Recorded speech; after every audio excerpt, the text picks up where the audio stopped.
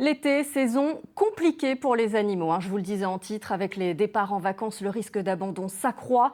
Alors, pour récolter des dons et sensibiliser, la SPA de Strasbourg a ouvert ses portes au grand public ce week-end. Et vous allez le voir, certaines races de chiens peinent particulièrement à trouver de nouveaux maîtres. Anis Boukerna, Cathy Hubert.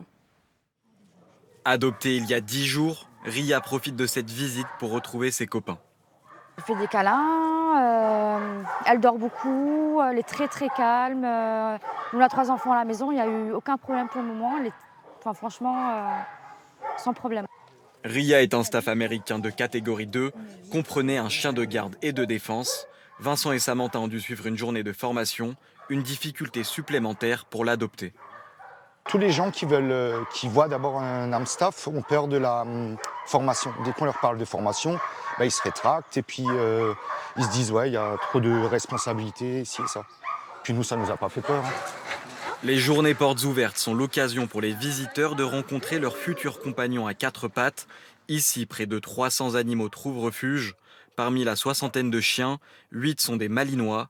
Et si certains visiteurs sont catégoriques, non, je reste méfiante quand même. Parce que quand ça mord, ça mord. d'autres se verraient bien avec.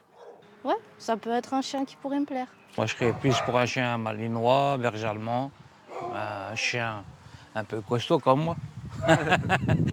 Les malinois, victimes de leur succès sur les réseaux sociaux, sont souvent rendus à la SPA plusieurs mois après avoir été adoptés. Alors c'est sûr qu'à 2 mois, on n'a pas le même problème que quand il en a 10, 12 ou 15. Et donc à 2 mois, ils sont tout mignons, on les prend. Et puis quand on se rend compte après de ce qu'il faut faire au quotidien pour pouvoir les gérer, souvent on est débordé et c'est pour ça qu'ils atterrissent après chez nous.